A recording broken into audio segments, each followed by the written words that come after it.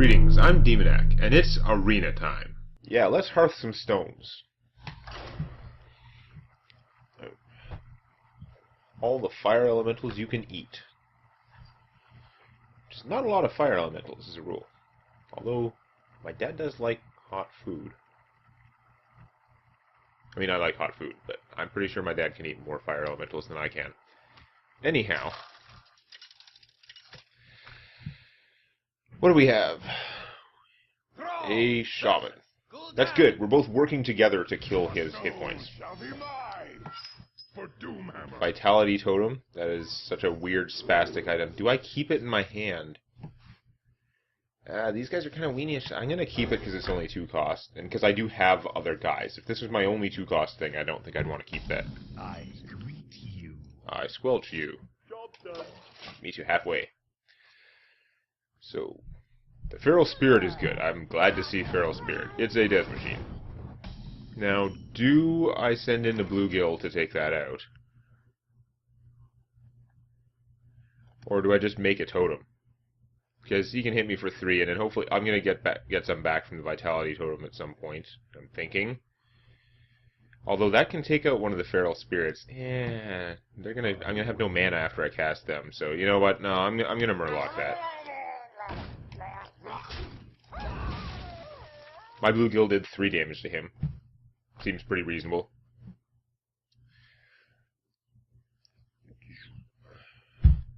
Try to set up my light so that I get that glare thing where just tilt my head a little bit and the lenses just go all white. Badass. Probably not going to happen because these are technically my anti-glare glasses. Do I Feral Spirit to block those guys? Without the buff, they're really not that intimidating. I'm thinking I can just let that stand. I mean, I might get screwed if I need these next turn. It's going to work out incredibly badly for my mana total. But since that's not that much of a threat to put out... Oh, weird. So is this really a Murloc Warlock? Or is it just a handlock, I guess? I suppose that would make enough sense. So, I can kill that. Yeah, I don't think the wolves are going to be good for now, but if I can kill that, drop the Haunted Creeper, or actually I can kill that, make a totem, and then Vitality Totem. The Vitality Totem should be mildly annoying. Oh, that's going to heal him up. That's pretty awesome. And yeah, there's no reason to do the Vitality Totem. I'm only down 2. It's kind of stupid. Let's just get out some more offense. Everybody loves spiders. They're fuzzy. Nice, fuzzy spiders. What do you got? What do you got? You're going to kill my healing totem because it's negating your ability to damage my guys. That's pretty cool. Now, this guy's not cool, because every time he draws a card, this guy's going to get fatter. Gain +2/+2 every time he takes damage on his own turn. If he draws a card and then Hellfires, which I don't think he can do, but not this turn, but yeah, that would be pretty bad. So we've got to get rid of him. I could just Crackle him. That would leave me with 3 mana. I could also Hex him. I'm concerned I might want to Hex something else later, though. There's nothing really stopping me from Crackling him. It'll do at least 3 damage. If it's 3, I can kill it with this. Otherwise, I can kill it with that. Yeah, I don't know. I could also make a totem. I'm not really going to make a totem, though, I don't think. Well, yeah, I can make a totem. And if it gets the spell damage, then make sure he dies. Although he will probably, I'm assuming the Crackle does minimum damage, because that's how I think. But really, it's got a very good chance to kill him. I should just see what happens. I don't think getting the totem first is that big a priority. Look, he died. Okay, kill that. And then we're gonna hit him. And I think I'm going to bounce this guy. Probably a stupid choice. But I can get back his 2 hit points, and I don't know. Next turn... Actually, next turn I'm going to have 5 mana again. They got such weird cards, and this is like a bizarre hand to me. Okay, what is he up to? Life tapping without giving a +2/+2 to a giant minion, so that's good. Alright. Well, now I wish I didn't have that mana locked, but I guess we'll live with that. So if I cast the Feral Spirits, I'm not going to be able to play him next turn either. Because I will have 7, -2, 5 mana again. It's always frustrating.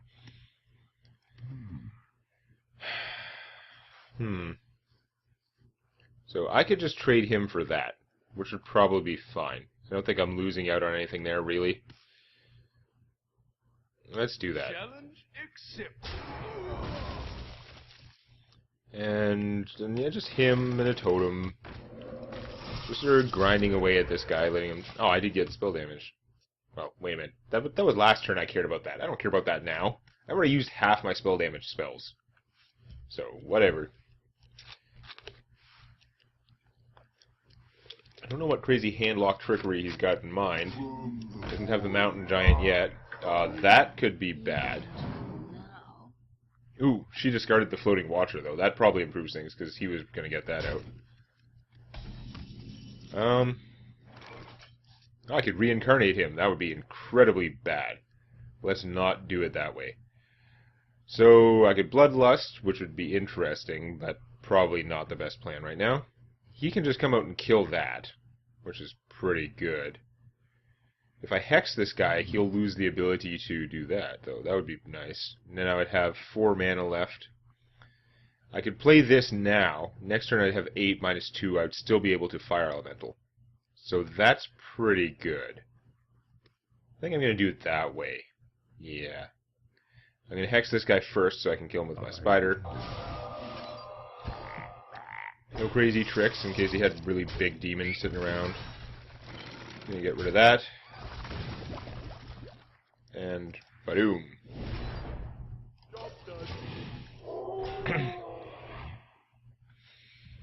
So he could Hellfire. It would be annoying, but I would get back an army of small guys. And yeah, Shadow Flame, you can do that too. Same difference, except less damage to the players.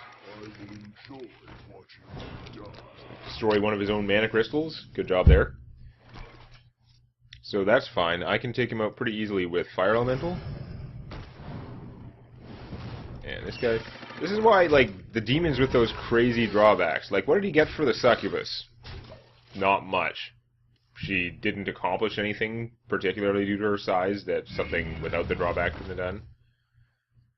Well, we managed to Clockwork Giant cheaper based on the cards in my hand.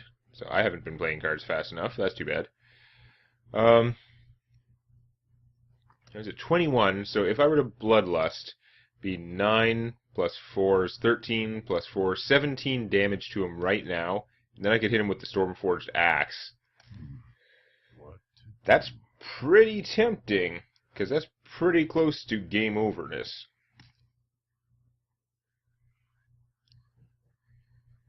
So, yeah, let's do that.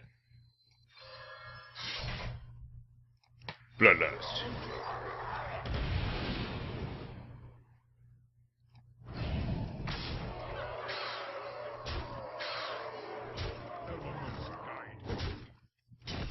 And, just to be extra annoying, let's flip this guy, because this is a temporary bonus, but if I, say, do this, he'll become a permanent 5/9. He gets to keep it. It's fun. So you have 2 health. You cannot draw more cards. Do not pass go. You need to eliminate basically my entire army and get a taunt to stop my axe. You have less mana than me because Felguard is bad. You have problems. Magic detected. Because at the point, Shadow Flame would have done pretty well, but it wouldn't have gotten rid of this guy, plus I'd have my axe. So, yeah, you can surrender now. Yeah. That would qualify as a surrender. So, everything went according to plan. That's good. Okay, watch that Bloodlust math. Normally you don't want to leave your opponent very low, but this isn't constructed. They're much less likely to have an incredibly strong combo comeback to that. And also being a Warlock, getting him down low prevents him from drawing more cards to draw into a solution. Plus, it was way early in the game to knock him down to 2 health. I guess maybe it wasn't super early in the game, but seemed earlier because he blew up one of his own mana, and that was like throwing me off. But he's welcome to blow up his own mana and discard critical demons that he was hoping to get out with his guy that I polymorphed, or hexed anyway. That's okay. Things are going to get harder, though. If we have 4 wins and no losses, I'm pretty sure the matchmaking algorithm said, you need a loss. Have a mage. Also, have a much slower hand. We're going to get rid of that. I'm going to get rid of him, too. I'm going to keep one of the 4-cost guys, because that's fine. Goblin Stalker, awesome early play. Vitality Totem's still probably going to sit around and not be the most useful thing. I don't remember what else I had to choose from in that row, but I probably should have taken the other things. It could be really annoying, though. Last game it didn't come up too much because I had board control the whole time. Yet, honestly, I'd rather have board control the whole time. Coin out the Goblin, but what's he going to do? Not much. He'll sit there and not get shot. Then he could hit that and get shot, and it also doesn't kill it. I'm just going to let that go.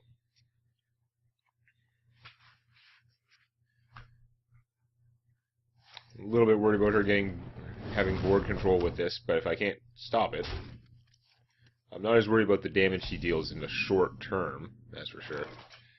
So we'll get out the Goblin Stalker.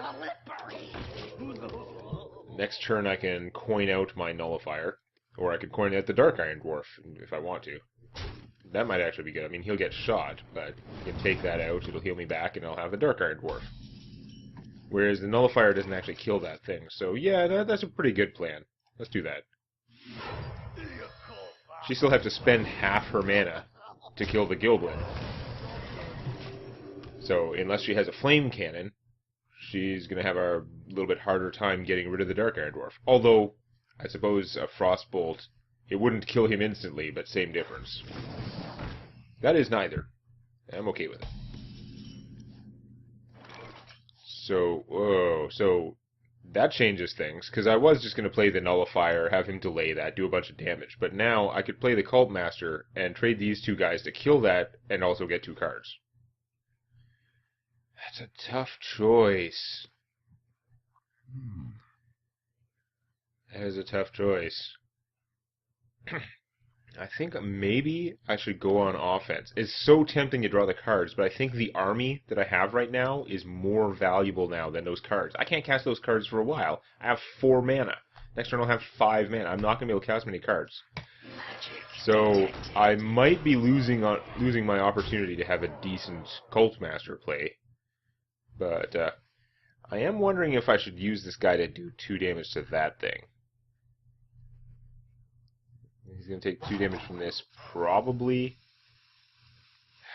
At which point I could then blow him up with that, maybe. I'm gonna suicide him there. Probably dumb. I should probably just do more damage to her. Force her to spend her mana to kill that thing, but I don't know. Ah, the healing. Well, now he should probably just kill that. Although I can do the Rock Lobber. Next turn, these guys kill one.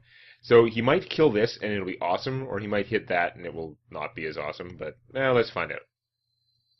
Special delivery! Wow, that arc was really annoying because it looked like he was going for the right one. Really? No. Yeah. So now my opponent has a bunch of forces that are alive. This does concern me. I think I need to trade him to kill that guy, which bites. I guess he doesn't technically die right away, so she might still have to spend some effort to get rid of him. She can't Flame Strike yet. Okay, that's not too bad then. Alright. Zombie Chow, not worried about him. What are you doing to this guy? Rifleman. Noted. Wind Fury.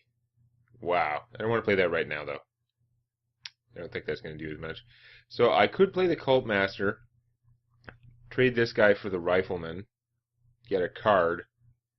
What is it doing for me? It's just not doing anything for me. I'm better off just blowing that up I don't need to blow up the zombie. The zombie will stay alive and potentially negate some damage against me. More likely he's just going to trade for this immediately, but... Or if she has a flame strike, he'll trade for this and then make me regret not using him to kill it. Ooh. Oh well. More fire where that came from. But maybe I'll set up a cultist play first. I could get out the Doomhammer and just start whacking her. Next turn, I would have 8 minus 2, so I'd have 6 mana, which would still cast him, so that's not too bad. I could try and set up a good Cult Master play. I don't have enough mana to do him and 2 other guys, though, so no, let's not do that. Let's just, Doomhammer, Elements guide me. deliver some beatings. Elements guide me. It'd be nice to get a totem, do a totem, because that doesn't cost me any cards, but I gotta put out the Puddle Stomper to have a little bit better chance of board control. This, plus him, might be able to kill something as big as that. Ooh, damn it. I got my mana locked. I could be giving her a Fire Elemental, which is horrifying. Oh, I know what I can do. Nuts to that. We'll just switch him. If she gets a 2-2? Yes.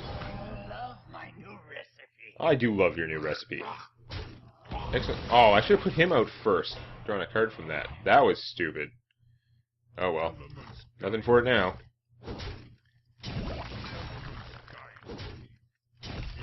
Totem. Full heal totem. This thing is just monumentally annoying. It's more of a psychological play. I mean, I spent a card to heal 3 health. It's probably not going to stay like that. Although, it does negate losses that I might suffer from Doomhammer if she doesn't kill it.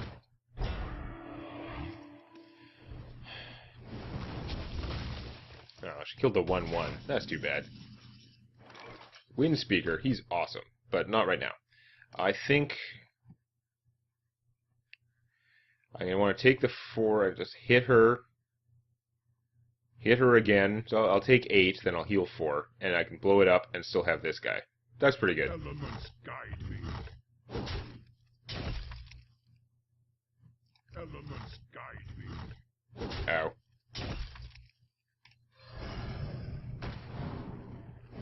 Have I noted that fire elementals are amazing? Heal!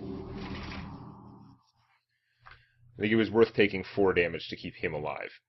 Unless he flame strikes or blizzards or something, then it won't have been worth it. But it was worth a try.